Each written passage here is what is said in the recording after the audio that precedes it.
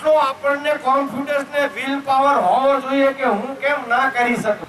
એવું જ આ બેન કરે છે. જો તમને લાગે અને દિવ્યાંગ નરેન્દ્ર મોદીએ નામ આપ્યું છે, પણ એનો કોન્ફિડન્સ કેવો હતો, એ સારું એવું ભણેલી છે, પણ એને એની જે શરીરની વીકનેસના કારણે કોઈ નોકરી ન આપી. પણ મારી પાસે મળવા આવી હતી એટલે મેં કીધું તું હીરામાં તૈયાર થા, હું તને હીરામાં સપોર્ટ આપી.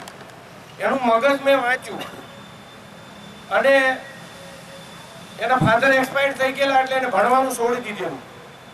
20 વર્ષની થઈ ત્યારે પાછું ભણવાનું ચાલુ કર્યું કે મારે કોઈના ઉપર આધાર રહેવું નથી, એટલે એને ભણવાનું પાછું ચાલુ કર્યું. 30 વર્ષે એ પાછી ગ્રેજ્યુએટ થઈ અને પછી પાછી મને મળી.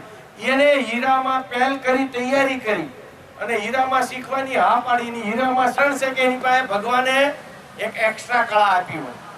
જલ્પને કળા હારી આપી છે, પણ આને પ્લસ પોઈન્ટ કયો ખબર? આખી દુનિયાની ભાવના એની સાથે હોય એટલે એને એક પ્લસ પોઈન્ટ કાયમી રહેવાનો ની આગળ જાય છે. લાખ ફાવે તો આ બે છોકરીઓ હીરા ખરીદતી હશે. એવું જરૂરી નથી કે છોકરાઓ હીરા ખરીદી શકે.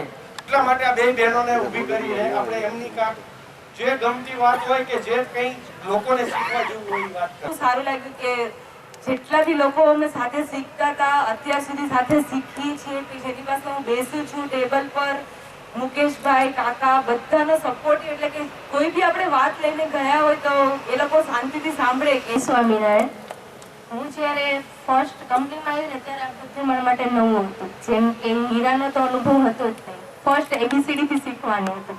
જસ્ટ કાકાએ અને મેનેજમેન્ટે વિચાર કર્યો કે ફર્સ્ટ 1 by 1 જે ડિપાર્ટમેન્ટ હતા, હિલિયમ, ગ્રેડિંગ, લેસર, અમે ફર્સ્ટ થી લઈને અત્યાર સુધી અમે પોલિશિંગમાં પણ કામ કરેલું છે, હીરા પણ બનાવેલા છે, ટ્રિપલ એક્સ. કીધું હીરામાં તો કંઈક શીખવાનું, તમે જેટલું શીખશો ને એટલું તમારા માટે અજાણ્યું જ છે.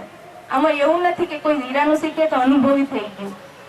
એના માટે તો હંમેશા નવું નવું જ રહેવાનું છે. અને એનામાંથી હું કંઈક અલગ કરવા માંગુ છું. અને અલગ રીતે આમ જેમ આ કીધું ને કાકાએ કે એવરેજ હોવી જોઈએ, મારું પણ સપનું છે કે મારું પણ 1 લાખની એવરેજ હોય અને હું પણ આ લોકોની સાથે હંમેશા ખંભેથી ખંભે મળાવીને ચાલું.